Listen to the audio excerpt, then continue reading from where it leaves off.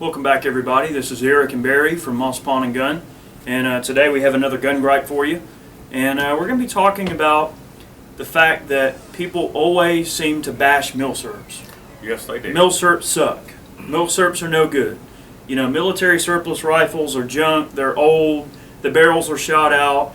They're rusty pieces of crap with all kind of goo and crap and oil all over them, and they're no good. All right, that's what a lot of people say about Milsurps. Barry, how is that untrue? Well, it's untrue because, well, there's a stigma against military rifles, especially after World War II. Nobody wanted military guns after the war.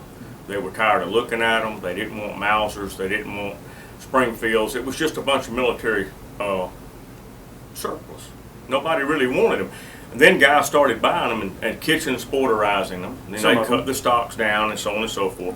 A lot of it was real crude work. But the rifles, nonetheless, were 30-06, 8mm. You had powerful rounds that would drop anything. I mean, a big game rifle or whatever.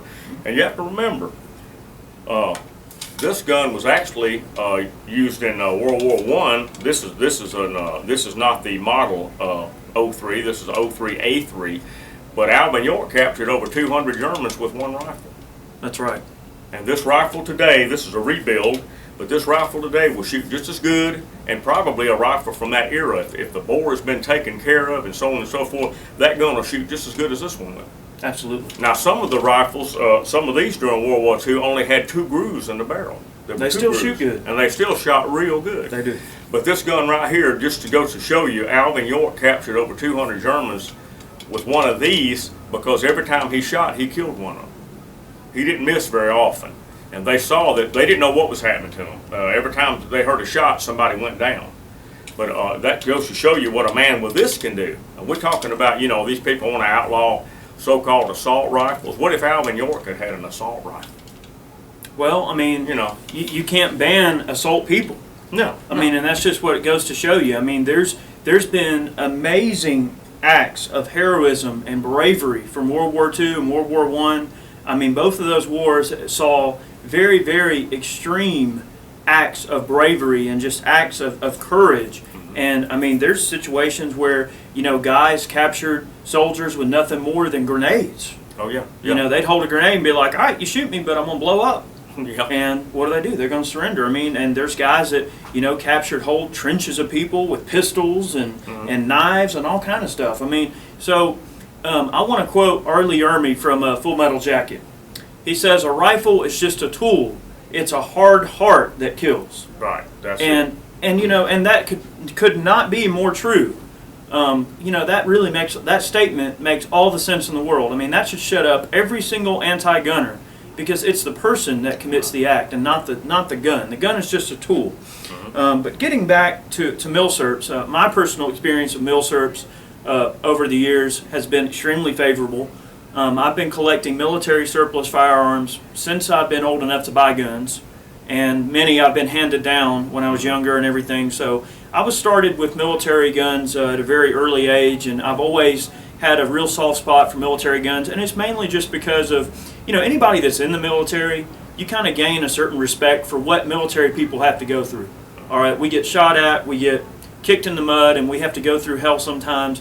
And then you start looking at, you know, history and looking at what people went through way back in the day. I mean, you look at World War I, where you never have dry socks, your feet are wet, you have trench foot all the time from your damn feet being wet and you know, gangrenous, you know, wounds and nasty feet, and, you know, you're sleeping in a mud hole, you're getting shot at every day.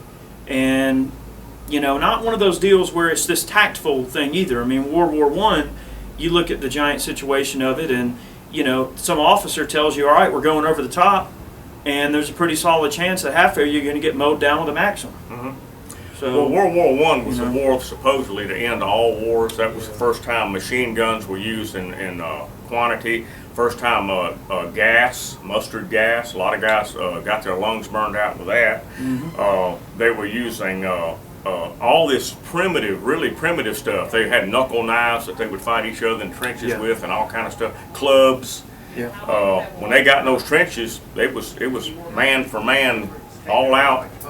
It sure was. And I tell you, in World War I, another interesting thing they would do is, like some of the areas the lines were only like 100, 125 yards apart. Right. And at that distance, a guy armed with a Springfield can pick your head off easy at 100 yards. Easy. You know, these guns will definitely do that. But then also what they do is they would dig under each other's trenches and plant TNT in there and then sneak off and blow it up and just blow the whole damn trench up from the under. So there's some real, you know, people do, I guess the point I'm making is that people will do really drastic things when they're put in drastic situations. And war is no different. I mean, and a lot of people just have that stigma about military guns, is that, you know, they just picture some old crusty bastard sitting somewhere in a trench. But, I mean, these guns were used in very, very brutal conditions. They were designed to be used in brutal conditions. And a good example is the Mosin. You guys probably saw our video where we torture tested one of these things to hell and back, and it just kept on ticking. Pound for pound and dollar for dollar, these are probably among the coolest military rifles made. Just because, I mean, it is, you know, military guns that you can afford. So it's history that you can buy and you can use and take care of it, and they'll go up in value. The Mosin gets a really bad stigma in the military surplus world just because there's some people that are like, well, if you don't have a $1,200 Remington, a Mosin's a piece of crap and you can't do anything with that. And I mean, the Mosins do require a little bit of playing with to get them to shoot really good. Well, now, Eric has a Mosin that he customized and totally glass bedded the stock, and I did all the action work on it, trigger, and it will outshoot any production rifle made today. It will outshoot a Remington 700. It'll outshoot a 742 easily. Yeah, I know that. But the gun is very accurate. I mean, he's shooting like an 8-inch group at 440 yards with it repeatedly. This is consistent accuracy, not just every now and then. Well, you know, there's a lot of production guns that will exceed that accuracy level to a large degree, but I mean... We're talking a common sporter off the shelf. Well, yeah, like just an average 770 or whatever cheapo sporter. I guess the stigma that people have against Milsurps too, that we'll cover quickly too, is that some people say, well, yeah, you can trick them out, you can bet them, you can do all this, do all that, and yeah, they'll shoot great. But the argument always gets made, why do all that work? Why bother? Why not just buy a Remington 700? Well, there's a pretty good reason for that. I mean, because some people don't want just some random production rifle. Anybody can buy accuracy. The whole point of like tricking these things out and playing with them is that they're just fun to play with. Like, here's an example. This is one of our fugly builds, and I don't know how well you can see there, but you know, it's got a folding stock. It's got a pistol grip that's been added. It's got the new Rock Solid Industry Scout mount, which is a brand new mount on the Industry right now that's not even available yet. And I've mounted an EOTech, so you know, a good piece of glass. This particular rifle's been full length bedded, so the barrel floats and everything. It's got a good bore. I've done some trigger work. We welded up the Rock Solid Industries low profile bolt handle. So this is an example of how you can take a good solid Mosin that's already a good gun to begin with and just turn it into a cool little sporter, and you don't have to put a whole lot of effort into it. I mean, this gun right here, probably I might have a couple of hours worth of tinkering putting it together. So well, the thing that Eric and Ray are finding out now, people want to build fugly type guns on the Mosin because the rifle's affordable, and not only that, each one of these guns is your personal. If you want to personalize a gun, you can mix and match what you want. You can have a unique rifle, absolutely, something that no one else has. That's correct. And yeah, you can go to somewhere and buy a rifle off the shelf, but you got a rifle like everybody else has got. Yeah, and you know, one thing that always gets me too is people talk about like, oh, well, that gun is old, so it's a piece of crap, or that gun has a wooden stock, so it's a piece of crap. But one thing that I guess that they fail to mention too, and you know, why we're on Milsurps, is you look at like the year 1947, when the AK-47, you know, started to be taken into production. I don't think it went into full-scale production until 49. But with the design was pretty much completed and off the drawing board by Kalashnikov in 47. But you look at World War II era guns, and then you look at the Kalashnikov. And you know, granted, you're talking about a gun that was designed by a World War II era tank sergeant, okay, and it worked. And it was one of those things that, you know, it wasn't there in time for World War II, but it was right on the tail end of World War II. I mean, if the Russians would have just developed it a few years earlier, you know, you would have been talking something different. But well, now STG-44 Sturmgewehr, Kalashnikov took a lot of ideas from that. He took the idea of a stamp receiver. He took the idea of a short intermediate cartridge. Now, the Sturmgewehr was the first intermediate cartridge, am I not? Yes, it was a 7.92 by 33, right. And it was just a trimmed down 8mm. But they figured out under the battle conditions in World War II, unlike World War I, you don't have to have a rifle that'll kill a man at 1,000 yards. You got to have a rifle that's fast moving, fast firing for inside cities or close quarters and things like that. We know they determined that the average infantryman just didn't need a full power rifle. Right. And it wasn't uncommon after the war, and even during the war, the Russians had the most production sniper rifles of any country during World War II. You know, they took the PU mounting system, and they had the round receiver Mosins with the PU system set up, which was meant to be a mass-produced and widely issued sniper rifle, a purpose-built sniper rifle. And all they would do is they would select standard infantry rifles for accuracy and bore condition, and then they would fit them with optics, and out they went. Russia was really the first country to kind of embrace that concept of a designated marksman, of a sniper, of someone that was trained to shoot well and shoot from concealment, just like our last gun gripe where we talked about snipers. And here's the thing is, you know, back then, if you look at it from that standpoint, you know, the 7.62 by 54 is such a powerful cartridge. Every infantryman, standard infantryman, had a Mosin. So it's like if you had a well-trained rifleman, a squad of riflemen, you basically had a whole, you know, squad of potential snipers that if they were good enough shot, I mean, they could really connect with these things at long range. So it's just crazy to think about. I mean, I guess where bolt-action rifles and where military surplus rifles kind of lose their flair with, I guess, current talk and everything is that the tactics changed. And I suppose that's what Barry's getting at is that, you know, after World War II, there was a huge change in tactics, and the bolt-action rifle after World War II was a dead concept. Right. And it just fell off the face of the earth, of course, until they started to gain in popularity. But I know you like the Mosin, don't you? Oh, yeah. Oh, yeah. Yeah. Well, if you got a military collection, you have to have a Mosin because it's the longest serving military rifle in the history of the world. They are. And they learned in World War II, right after World War II, it was Simonov that designed the SKS, wasn't it? Yes. Okay.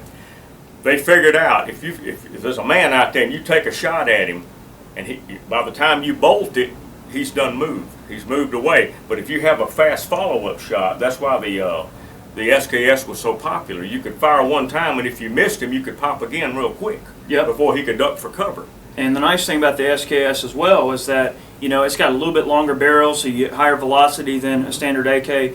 Now, the SKS was really one of those stopgap rifles, though. They were issued in very, very large amounts in various countries, especially countries which couldn't afford to upgrade to the new AK-47 yet. The SKS was in really, really high use in China. They produced so many of them, and they were given as war aid. I mean, a lot of them were sent to Vietnam to be used as war aid to the Viet Cong and NVA.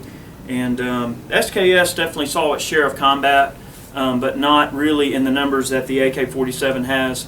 And there's several guns that kind of get like mixed up in that period of time between switching from a full power bolt action rifle to a intermediate cartridge semi-automatic or full automatic rifle. Several guns kind of fell into that niche, one of them being the M14. Even though the M14 is a very popular gun to this day, as a military weapon it was kind of outdated even at the point that it was adopted. The M14 was not in service very long, you know, until comparatively. Now, you look at guns like the M1 Garand. We know everybody says, oh, an 8-shot, 30-06, oh, screw that crap. But you're talking about an M1 Garand. I mean, Patton, you know, he claimed that it was the greatest battle implement ever devised. Now, that's coming from a general. Yeah. You know, that's coming from a general. Well, in World War II, you have to understand that the GIs that had Garands totally dominated guys with 98 Mausers and Jap 99s and things like that. They totally dominated the battlefield. They could put out rounds, and if somebody really knows how to load an M1, they can keep that air full of brass. That sure can. It only takes a split second to reload one once you get good at it. To this day, the Garand is one of my favorite military rifles. And for anybody that says a Garand is a piece of crap just because it has a wood stock, I mean, that thought process to me is just so confusing. Because people just assume just because a gun has some wooden stock and a nicely blued finish, I mean, come on. You know, not every gun that's effective has to be this evil-looking, black, crazy-looking mall ninja gun. I mean, well, there was an M1 with an 8-shot in-block clip was kind of a double-edged sword. The only disadvantage I see is you can't top the magazine out. not easily. But that encouraged them, like say if you're in a battle situation, 3 or 4 of the guys are shooting along here with you, it encourages you to dump that magazine, dump that clip, get it out of there, and get you another one in there. And you keep the air full. There was a general, I forget who he was, but he said any ammunition kept in your pouches is wasted. You fill that air with lead. If there's an enemy out there, you let him have it. But that's what encouraged them. They'd empty the thing out as many times as they could, and then they'd reload it. They always tried to keep their gun topped out. So it encouraged them to fire. Well, those dudes were good riflemen, too. Well, yes, they were. Guys in World War II were trained very well. A lot of people in World War II that used the Garand were well-trained marksmen and came from families of guys that had served in World War I. So, you know, it wasn't uncommon for the son of a World War I veteran to go to World War II to fight, and some World War I veterans made it into World War II. And you have to remember, too, most of the guys back then they would come from farm families like Audie Murphy. Alvin York, Audie Murphy. These guys knew how to shoot because they had to shoot to survive. That's right. They fed their family. They did.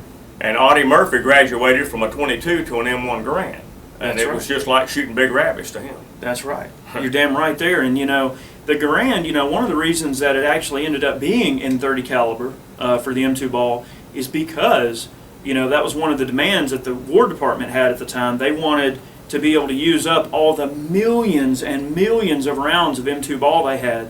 They were going to develop a 10-shot Garand, and I think 276 Peterson. 276 Peterson was the small caliber that they chose for John Garand to design the rifle around. And then halfway through the project, they said, well, look, we got warehouses with millions of 30-06 rounds. So we got downgraded to an 8-shot. The original Garand design was a 10-shot in-block clip, which would have been pretty cool, but the 8-shot did the trick, and the 30 caliber punch was definitely the trick there. But we could talk all night about Milsurps, because I mean I love military surplus guns. I love the history behind them. But hopefully this video kind of just, you know, invoked some thought in you. If you hated Milsurps before this video, maybe now you understand why people enjoy them. I mean, sure, you can buy a Scar Heavy and you can put a Night Force on it and you can kill stuff out to 800 yards. But yeah, I mean, buying accuracy and just building a rifle for that specific purpose, that's awesome. I mean, rifles are tools, of course, but at the end of the day, no good gun collection is complete without a couple of solid Milsurps. Whether it's a sporter, whether it's original, whatever suits your fancy, but you owe it to yourself to shoot a few Milsurps every now and then. They're really fun. The history's definitely there. And that's really what we wanted to get at in this video. And I think that a lot of the harm that falls on them in talks and in forums and on the internet is really unmerited. It is. Yep. But, well, anyway, that's the gun gripe for the week is the Milsurps suck is the name of it. But that's right. They don't. They do not suck. They do not. So get you some history, learn history, buy you a Mosin, you'll have a piece of history in your hand. There's no telling what this gun has done in its lifetime. Of course, we got a brand new rebuild of a 1903 A3 here. We sold 2 of these, and the people that bought them says these guns are tack drivers, which they always were. I don't doubt it. These guns are great. But anyway, that's the gun gripe for the week, and we'll see y'all next time. Thanks for listening, people. Y'all have a good one, and we'll check you out next week. Thank you.